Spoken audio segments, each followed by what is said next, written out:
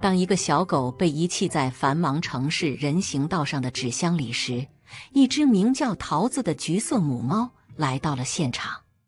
你绝对不会相信它对小狗所做的事情。桃子与它附近的人类一起过着幸福的生活。当它在早晨散步时，它遇到了这个纸箱。小狗的啜泣声引起了它的注意，桃子走过去。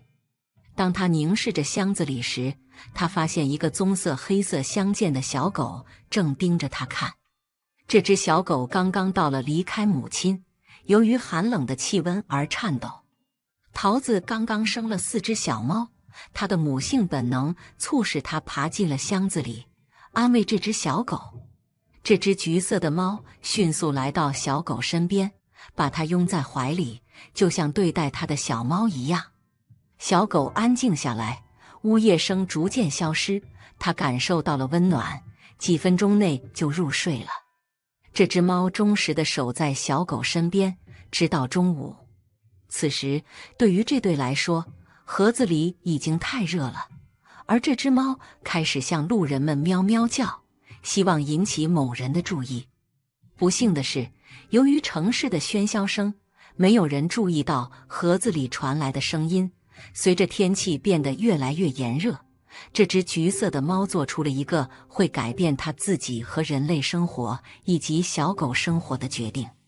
猫伸了个懒腰，然后弯下腰，用牙轻轻地抱起小狗。它把它像抱自己的小猫一样轻轻抱着，带着它的新伙伴，他们一路向家走去。橘色虎斑猫与他的家人住在离这里只有几个街区远的公寓里。这对伙伴们很快就到了家，比桃子的主人下班早几个小时。猫会自己通过防火逃生梯出去，它小心翼翼地爬上去。现在它清楚地知道它携带的是多么珍贵。一旦它们爬回窗户里，它们就听到了喵喵的声音，匆匆忙忙地走到母猫的小猫在笼子里休息的地方。猫立即把小狗放在软毯上，小猫停止了喵喵声，对新进入他们家的新生物感到困惑和兴奋。桃子焦急地看着他的小猫爬得越来越近，摇摇晃晃的，他们急切地看着他们的新伙伴。小狗离开自己的家人已经有一段时间了，太早离开母亲，它对此感到欣喜若狂。几秒钟后，4只小猫和小狗在笼子里快乐地玩耍。橘色虎斑猫看着这熟悉的组合，当喂食时间到来时，母猫做了一些非常独特的事情。当猫躺下来对它的小猫喵喵叫时，它们挤在一起，但小狗却站在一边，不知道接下来该做什么。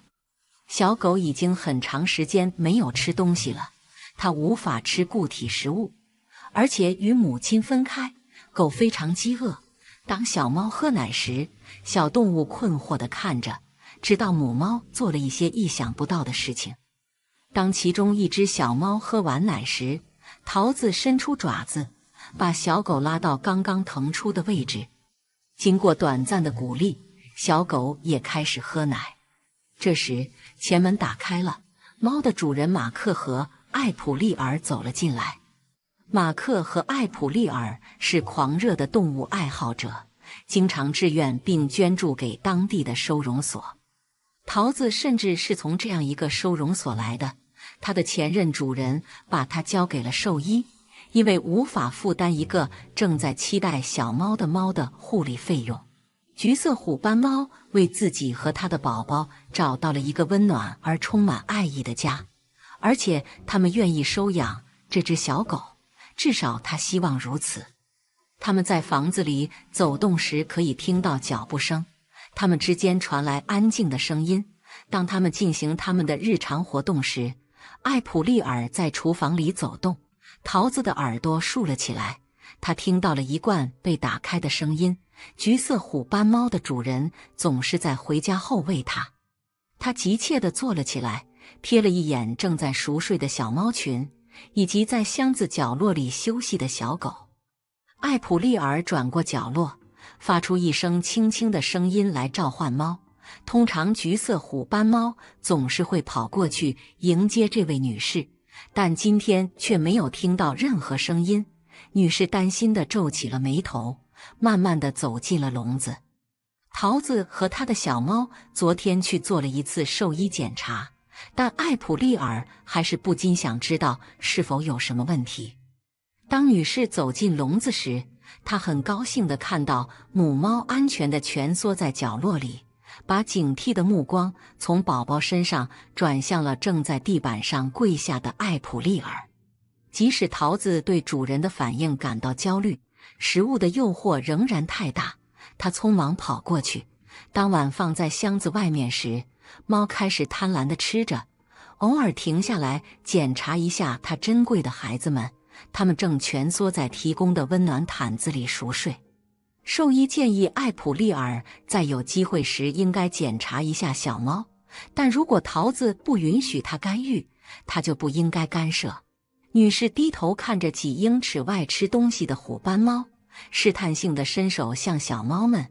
橘色虎斑猫信任它的主人，并没有反应，继续吃东西。艾普利尔微笑着，把全部注意力转向检查小猫们。所有的小猫似乎都在睡觉。艾普利尔依次疼爱地摸着每一个小猫的头，直到他去拍第5个头时，女士感到困惑。桃子只生了4只小猫，艾普利尔和马克都没有给母猫家庭提供任何类似其他猫的玩具。女士知道桃子会从窗户出去。当她和丈夫离开房子时，艾普利尔开始担心，也许另一只猫在小猫的母亲离开期间溜进来了。女士抓起手机，趴在地上，足够低倚，将帽子放在箱子里，打开了手电筒功能，焦急地扫视着笼子周围。她原以为会在毯子中间找到另一只猫躲藏着，但她找到的却是更加意外的事情。小狗正在从睡梦中醒来，当神秘的头抬起来时，艾普利尔惊叫起来。她丈夫马克急忙赶到妻子身边，询问出了什么事。当桃子把碗推开，匆忙走进箱子前面，站在年轻狗旁边时，艾普利尔立刻退缩，不想做任何让母猫感到威胁的事情。她震惊地看着小狗依偎在柔软的橘色毛皮里。就在她丈夫走到她身边时，他们俩惊讶地喘了口气，因为一个小小的棕色眼睛向他们眨了眨。小狗兴奋地向前爬，想要见一个潜在的新朋友。桃子则从远处观察，眼睛盯着这个小家伙。艾普利尔小心翼翼地伸出双手，把小动物抱到胸前。小狗发出一声轻微的吠叫，然后依偎在女人的怀里，凝视着她。新发现的母亲紧盯着她。马克和艾普利尔对小狗的突然出现感到惊讶，尽管他们知道桃子经常从窗户出去，但防火逃生梯对于这么小的动物来说是太高了，没法单独爬上去。小狗又发出了一声哀鸣，橘色的猫走过来，轻轻拍打着女人的胳膊。桃子想要她的宝贝回来。女人立刻顺从地放下小狗，看着母猫走过来，小心翼翼地舔着小狗的头顶，然后将它抱回去。小狗是如何进来的这个谜团现在已经解开了，但是马克和艾普利尔还有一个谜团，那就是这只狗是从哪里来的。马克在当地兽医诊所的财务部门工作，他迅速站起来，拿起手机，打电话给他的老板，询问他们是否收到了有关失踪小狗的报告。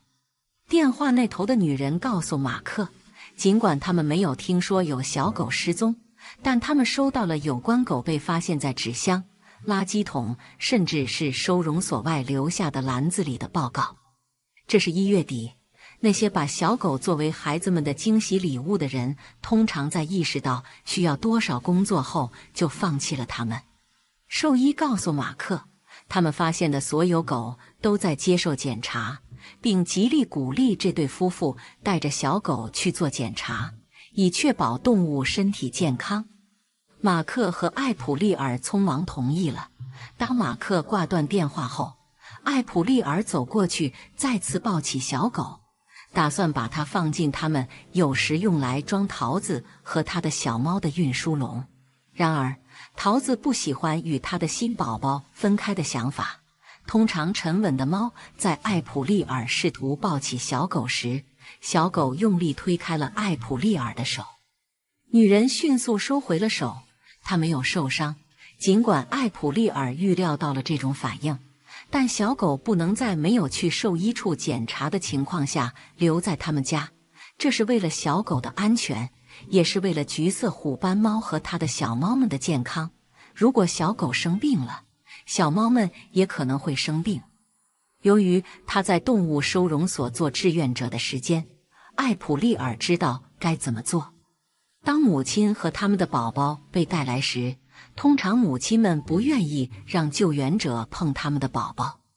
当发生这种情况时，救援者会在运输笼里放食物或零食。当宝宝们进入空间去拿食物时，母亲会跟随。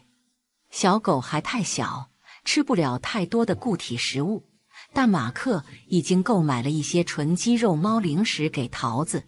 艾普利尔从货架上拿出一袋，打开它。橘色虎斑猫好奇地抬起头，朝零食的方向嗅了嗅。小狗也抬起头，看到它新发现的母亲的反应后，小心翼翼地向前走，追逐着美味的零食。艾普利尔对自己微笑，对着小狗发出柔和的声音，将零食放在运输笼的里面。小动物继续向前走。当它的爪子越过门槛，进入运输笼时，他的代理母亲跟在他新认领的宝贝后面。女人一旦把它们放进去，就把运输笼的门关上，将它交给了丈夫。马克将猫和他的新儿子带去检查，而艾普利尔留在家里照看小猫们。运输笼很快就被装上了他们的车，几分钟内，三人就出发去了马克的工作地点。一到达那里，他们就被带到了一个检查室。负责的女士已经事先被告知了有关桃子和小狗的异常情况，但当她打开运输笼时，她仍然感到震惊。那位男士告诉她，母猫和小狗在车上行驶了一半的路程后已经安静下来了。当女士凝视着里面时，这对伙伴的沉默原因变得显而易见。就像他们在纸箱里休息时一样，橘色虎斑猫紧紧地包裹着他的小伙伴，让他在45分钟的车程中保持温暖和舒适。兽医曾听说过猫甚至狗有时会收养一个不是自己的孩子，但他从未亲眼见过。女士感到惊叹，她小心翼翼地伸手进运输笼，将小狗从她寄养母亲的怀抱中取出，而母猫则在睡觉。桃子那天经历了很多，继续睡着。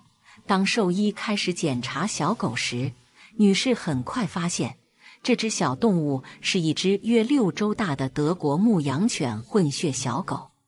这个发现令人担忧，通常小狗在8周大之前不应该与母亲分开。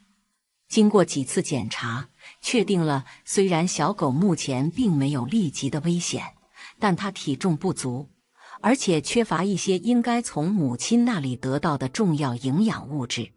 所有这些都可以通过为德国牧羊犬小狗提供奶粉来轻松解决。由于桃子迅速发现并照顾这只小狗，这只动物将会过上长寿且幸福的生活。马克听到这个消息感到非常高兴，他花了一些时间和这只小动物玩耍。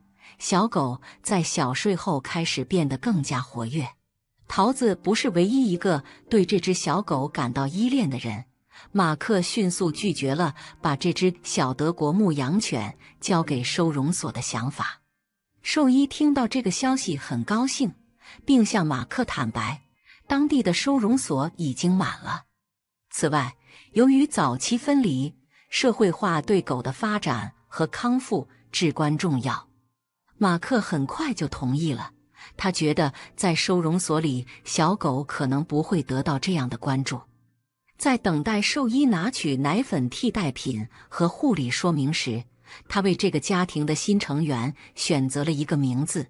由于小狗身上的棕色毛发，马克给它取名为贝尔，并轻柔地拥抱着它。当桃子发现贝尔突然不见时，它终于醒来，开始喵喵叫。马克迅速反应，再次打开运输笼的门，把牧羊犬小狗放了进去。贝尔的新妈妈立刻安静下来，把她最新的宝宝抱到运输笼的后面，开始仔细地清理它。她的舌头用所有的爱和关怀慢慢擦拭着它，就像她对待她的小猫一样。马克感谢了兽医，然后带着这对母子回家。一放出来，桃子就把他珍贵的宝贝带回了箱子里。贝尔兴奋地见到了他的新兄弟姐妹，整个群体都在快乐地玩耍，而马克则向艾普利尔介绍了兽医的诊断。经过几个月新主人和寄养妈妈的爱和照顾，贝尔已经成长为一个快乐健康的1岁大狗狗。经历了如此艰难的开始后，他找到了一个充满爱的永久家园。尽管猫和狗经常被描绘为天生的敌人，但桃子对贝尔的爱可能拯救了他的生命，证明了母爱可以克服任何障碍。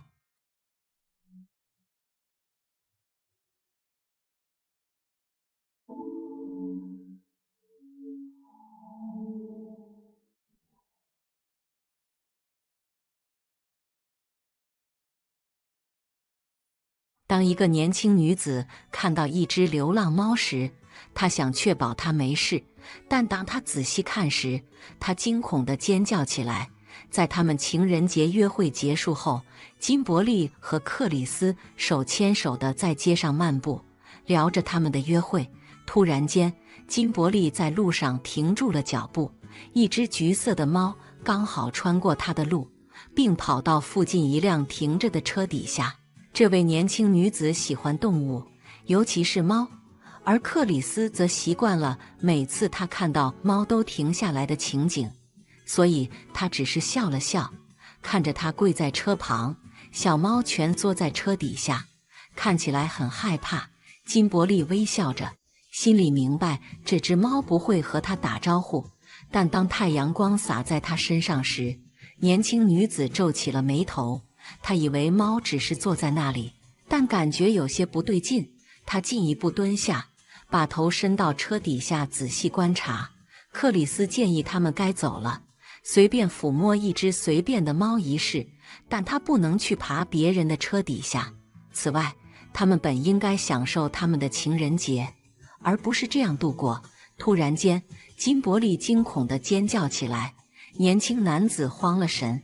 他从车底下跳了起来，脸上带着悲伤和恐惧的表情，口齿不清地告诉克里斯他看到了什么。这对情侣都很震惊，但有一点是明确的，他们的情人节约会就此结束，因为他们需要迅速帮助这只猫。金伯利准备离开去和克里斯约会之前，他在走廊镜子里检查了一下自己的样子。他们已经约会几个月了，他对情人节的约会感到兴奋。他飞奔回客厅，快速和他的3只猫告别。他们似乎对他要离开并不感兴趣，他们正快乐地在各个地方打盹。这是年轻女子每次要离开前的小习惯。尽管金伯利很喜欢他的猫，每一只都是从收容所里救出来的，他们的生活并不轻松。但金伯利宠爱他们，并给他们一个安全和充满爱的家。这次约会比年轻女子能想象的还要美好。她总觉得情人节有点俗气，但和克里斯在一起，她并不介意。这是第一次有男人带她出去过情人节，但她不仅仅把浪漫留给了那一天。对金伯利来说，他几乎是他完美的伴侣，接受了他所有的小怪癖。比如和他的猫们告别，他那令他一直尴尬的嘲笑声，以及无论走到哪里都要他找到一只街上的猫抚摸。当他们手牵手漫步回金伯利的家时，他们笑个不停，咯咯笑。家里冰箱里有一瓶酒，年轻女子期待着和克里斯度过接下来的几个小时聊聊天。这对情侣可以互相交谈几个小时而不感到无聊。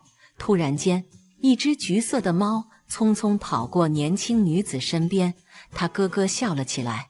克里斯知道接下来会发生什么，只是微笑着轻轻松开她的手。善良的年轻女子轻声责备了一下那只猫，但令她失望的是，它已经跑到附近的车底下去了。金伯利想再看一眼那只猫，尽管它只是匆匆瞥见，但它看起来很瘦。他只是想确认它没事。克里斯顽皮而又充满爱意地摇了摇头，他弯下身子，站在人行道上，看向车底下。他的怪癖让他笑了，但他喜欢他对每件事情的关心，甚至是街上的随机猫咪。那只猫躲在阴影里，金伯利费力地看着，以为它只是坐在那里。他不想吓到害羞的猫，所以他整理好衣服准备站起来。但当猫重新调整姿势时，它掉进了一小块阳光中。它毫不犹豫地再次伸头下车，然后惊恐地尖叫起来，因为他近距离看到了那只猫身上的问题。当克里斯听到女友的尖叫声时，这让他不寒而栗。金伯利抬头看着年轻男子，眼中充满悲伤，费力地解释他所看到的。金伯利告诉完他尖叫的原因后，克里斯自己也低头看了看车底下，他的手掩住了嘴，露出惊恐的表情。那只猫的脖子上似乎缠着一卷东西，看起来非常紧，使猫极度不适。可怜的动物可能无法正常进食、呼吸或清洁自己。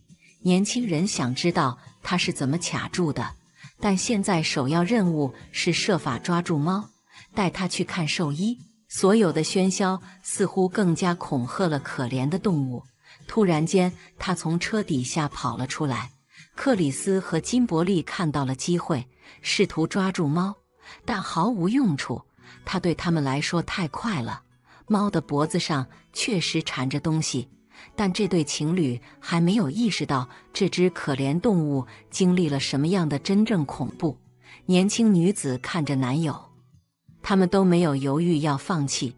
然而，如果猫呼吸困难，更加引发它的压力，并不是解决问题的方法。金伯利掏出手机，查找了他救助过3只猫的收容所的电话号码，最好让专业人士来帮忙，这样可怜的猫会立即得到妥善照顾。克里斯一直在密切关注着那只猫，却不敢靠得太近。可怜的动物躲到了另一辆车底下，但幸运的是，来自蓝乔库卡蒙加动物收容所的救援人员很快就赶到了。金伯利告诉他们他看到的情况，他们对这只可怜动物如何卡住东西在脖子上也同样担忧。然而，捕捉这只害怕的动物却证明是一项极其困难的任务。每个人都想帮忙，但这只动物对人类非常警惕，似乎从未在生活中体验过善意。收容所的救援人员试图引诱可怜的猫进入宠物箱，但它对他们用来诱拐它的零食没有任何兴趣。它依然紧紧蜷缩在车底下。如果他们要帮助它，只剩下一个办法。这并不是最好的选择，但他们已经试过了很多方法。必须有人强行把猫逼出来，然后它被网捕捉到了。克里斯记得，猫在他把头伸进车底时跑掉了。也许再试一次会值得。救援人员准备好了捕捉网和宠物运输箱。年轻人跪在人行道上，向车底看去。可怜的猫在他手中，仿佛要触摸它。猫被这一动作吓了一跳，正是他们所希望的。它从车底跑了出来，直奔救援人员而去。计划完美地执行了，但现在猫暴露在日光下。他的状况显而易见，多么可怜！金伯利看着猫，忍住眼泪，注意到他颈部的紧紧的管子，毛发又脏又乱，似乎是街头流浪和无法自我清洁的结果。他也显得非常瘦弱。年轻女子的推测是正确的，那个管子阻碍了她的清洁和进食。把她放进宠物运输箱时，她望着救援她的人们，眼中充满了悲伤。猫看起来完全颓废，仿佛对生活已经失去了希望。年轻女子擦去脸颊上滚落的眼泪。动物收容所的工作人员拿起宠物运输箱，准备放进他们的货车。金伯利被一股难闻的气味击中，皱着鼻子想知道这是从哪里散发出来的。这不是他们想象中约会的结局，但现在他无法离开这只猫。他看着克里斯，年轻人将他拥入怀中，告诉他不要担心，他们可以去动物收容所等待有关猫的消息。金伯利抽泣着，他不想提到这件事情，担心会破坏这一天，但他似乎能读懂他的心思。他不知道自己做了什么来配得上像他这样的人，但很高兴有他在身边。当猫被装进货车时，金伯利最后看了一眼猫的眼睛，知道他必须准备好听到一些艰难的消息。他从未见过动物处于这样的状态，希望它能好起来。猫立即被送去看兽医，但当它从运输箱中释放出来时，每个人都忍住了不闻不问的冲动。金伯利察觉到的那种可怕的气味，正是从猫身上散发出来的。不仅仅是几个月不能自我清洁的问题，还有一种前所未闻的味道。当兽医小心地从猫的颈部轻轻剪开卷轴时，所有人都惊恐地倒抽了一口气，因为很快就明白了这种可怕气味的来源。卷轴被紧紧地缠绕在猫的颈部，磨损了它的毛发，最终切入皮肤，留下了巨大的感染伤口。它的情况非常糟糕，但随着卷轴的去除，猫已经开始感觉好些了。大家看着那只在检查台上因恐惧而颤抖的猫，卷轴虽然已经除去，伤口会愈合，但这只可怜的猫将终生留下精神上的创伤。兽医抱起这只可怜的猫，开始轻轻地清洗它瘦弱的身体。随着它的毛发变得湿润，突出的骨头变得更加显眼。无法确定它多久没能正常进食，但从伤口判断，显然它被卡住了很长时间。回到动物收容所的接待处，金伯利和克里斯耐心地等待着有关这只猫的最新消息。最终，一名护士出现，告诉他们有关猫的情况。可怜的家伙肯定已经遭受了很长时间的痛苦，但护士告诉他们，他已经清洁过了，伤口正在治疗中，目前正在享用一碗食物。金伯利为他得到了所需的照料而感到宽慰。然而，在等待的整个过程中，这位年轻女子一直在进行内心的挣扎。这只可怜的猫最终会需要一个家，但它已经有3只猫了，它的小房子实在无法再容纳另一只。它感到非常难过，并担心它可能会长时间被困在收容所里。护士向他保证，他会没事的，并且他们会定期向他汇报他的进展。收容所的工作人员决定以瓦伦丁为名，以纪念他被救援的那一天。他们希望很快会有人像他们一开始那样爱上他。瓦伦丁一开始对每个人都感到害怕，但在收容所待了几个星期后，他慢慢开始适应。现在经常从笼子里向人们打招呼，他喜欢被抚摸耳朵，现在能够正常进食，正在恢复体力。由卷轴造成的可怕伤口也在愈合，远远超出了所有人的想象。现在是时候为他找一个充满爱的家了，一个有耐心和理解的人，能够给瓦伦丁他需要适应新环境的空间。当艾普利尔走进收容所，立即走向瓦伦丁时，每个人都知道找到了这只小僵猫的完美人选。听到瓦伦丁的故事，艾普利尔感动得泪流满面，但这只让他更加决心确保他再也不会感到无爱。他想给他一个安全和充满爱的家，并利用他的故事强调从收容所救助猫咪的重要性。收容所的每个人都很难过看到瓦伦丁离开，但他们知道他会和艾普利尔过上最幸福的生活。然而几天后，他们都收到了一个美好的惊喜。艾普利尔联系收容所，告诉他们，如果他们想继续关注瓦伦丁的旅程，他已经建立了一个脸书页面来分享他的进展。当他告诉他们，尽管瓦伦丁还有些害羞，但他逐渐适应了，并开始在沙发上寻求拥抱时，他的声音中充满了兴奋和爱。考虑到他在街头所经历的恐惧，这对猫来说是一个巨大的突破。现在是时候向拯救瓦伦丁生命的那对夫妇更新消息了。当金伯利与收容所通完电话后，他看着克里斯，幸福的泪流满面。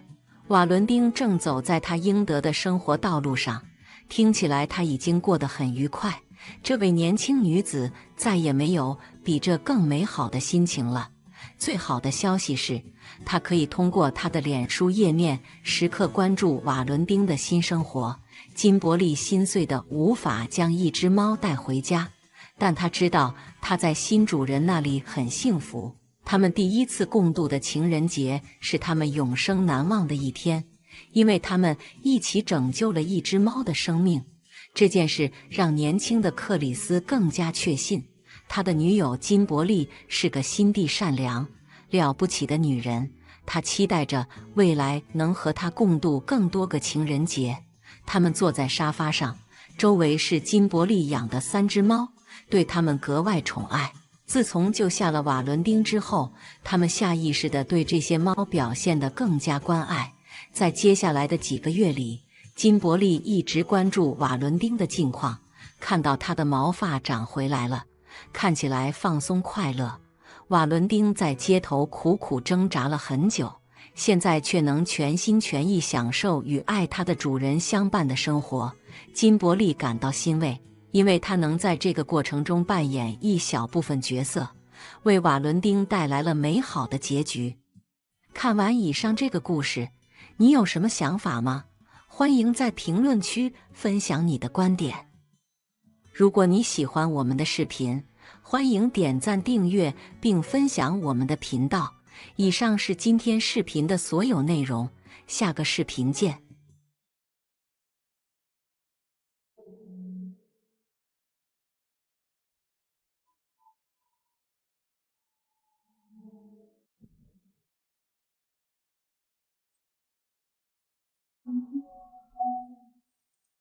当詹妮弗带回一只被遗弃的猫时，她害羞的个性使她无法与它和农场里的其他动物互动。但有一天，这只猫跳上了她的马，从那天起，她的性情发生了变化，让詹妮弗感动地哭了起来。詹妮弗·波尔感觉到疲惫正慢慢侵袭她的身体。她喜欢生活在农场里，与动物们共度时光。但今天是他意识到工作量之大的一天，他整天忙着照顾生病的动物，确保建筑物不会因缺乏维护而倒塌。詹妮弗从祖父母那里继承了这个地方，并把他的一生奉献给确保他经得起时间的考验。当他结束了一天的工作回家时，他决定顺道去看望他最喜欢的动物。他的马名叫冠军，他把它放牧，一边照顾其他动物，一边希望它成为他关注的最后一只动物，因为这匹马总是给他一种平静的感觉。他想不出比这更好的方式来结束一天。当他走向马厩时，他注意到有一只小而黑的东西站在柱子上，那是几周前他领养的莫里斯猫。尽管他竭尽全力让它与其他动物互动，它通常还是独来独往，大部分时间都待在室内。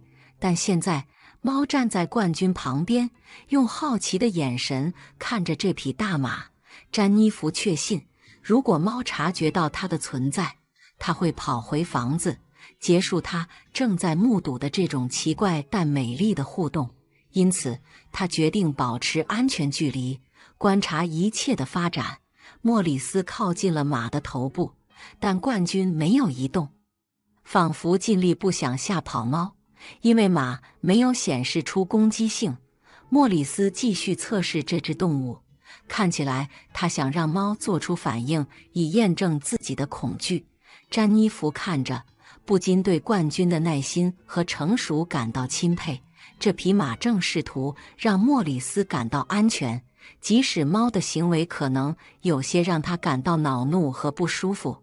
几分钟过去了，什么也没发生。詹妮弗开始感受到一天的压力更加沉重，决定没有什么其他值得看的了。她很难过没能在冠军进屋之前见到他，但她不想打扰他们正在建立的关系。但就在他转身准备回去的时候，猫突然做出了一个意外的动作。这是詹妮弗从未想过会发生的事情。詹妮弗大部分生活都与动物为伴，小时候和祖父母在一起的时光教会了他动物可以有多么不同。他一生中曾养过几只猫，但没料到这只会表现出这种行为。也许他以前没有足够关注他的其他猫，它们在他不注意的时候也会这样行动。他不能确定，毕竟他并不是真正的行为专家。他逐渐喜欢上了各种动物，但最让他着迷的是马。它们高大、威严，展现出难以想象的力量。当她还是个10几岁的少女时，祖父母送给她一匹小马。不幸的是，她早逝，让年轻的詹妮弗心碎不已。因此，她以后没有考虑再购买马，直到遇到冠军为止。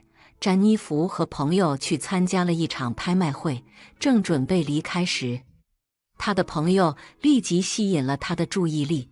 因为刚刚被带出来的动物，尽管他坐得很远，看不清楚，但他仍然不禁凝视着拍卖师在拍卖室里走动的马。冠军曾是一匹赛马，但最后一场比赛使他受伤退役。詹妮弗犹豫是否应该给这匹马出价，他不确定自己是否准备好再次拥有一匹马，或者是否能给这只已经受伤的赛马最好的照顾。但当马第3次在房间里走来走去而没有任何出价时，他高举自己的卡片，因为除了他的出价外，没有其他的出价，所以詹妮弗第2天就得到了冠军，并为他敞开了家门。他清理了曾属于他前马的马厩，并将其改造成适合新马的环境。他想知道冠军会如何适应新环境，以及他会如何对待他。他已经很久没有照顾马了，但他对一些赛马在不能再做他们被培养来做的事情时可能经历的待遇有些了解。然而，当他当天晚些时候来看冠军时，他意识到自己没有什么可害怕的。当他靠近时，这匹动物有些犹豫，但从未躲避他。随着每一天的接触，他们之间的关系变得更加亲近。詹妮弗感到很庆幸自己当时参加了拍卖会，把冠军带回家。一旦马在新家安定下来，他的行为开始展现出亮点。冠军对每个人都很开朗友好，包括那些在农场停留的朋友。最让詹妮弗惊讶的是，他对其他偶然遇到的动物表现出的温暖和爱心。冠军总是对其他人感兴趣，并努力交朋友，这让他在詹妮弗心中更加受欢迎。渐渐的，两人成为了最好的朋友。冠军成为他的一种安慰来源，看到这匹马在新家里多么快乐，让他想起了自己为什么喜欢照顾动物，为他们提供一个茁壮成长的环境。在他们第1次见面几个月后，詹妮弗看到冠军适应得如此良好，多年来第1次心动着想给家里带来更多的动物。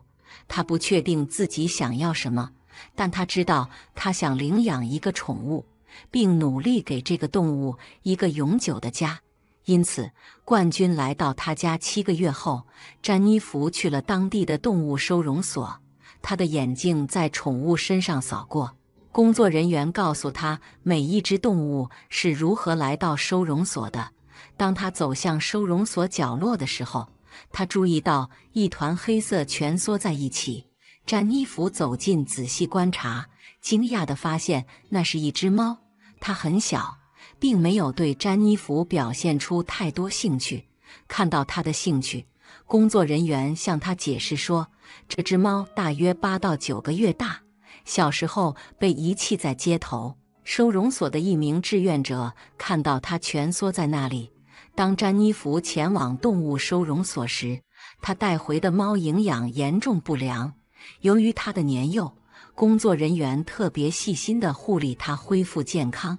几周后，猫康复了，但他们注意到它并不怎么喜欢与人类或其他猫互动，大部分时间独自一人，只是和工作人员布置的玩具玩耍。由于它的这种态度，没有人收养它。收容所开始对这只动物能否找到永久家庭感到失望。然而，无论工作人员怎么说，都无法减弱詹妮弗的兴趣。他同意领养了它。1周后，把这只猫带回家，取名为莫里斯，并向收容所寻求了如何正确照顾这只动物的建议。莫里斯从出生以来从未有过家或朋友，处于这种新环境让他感到不知所措。和在收容所一样，这只猫独来独往。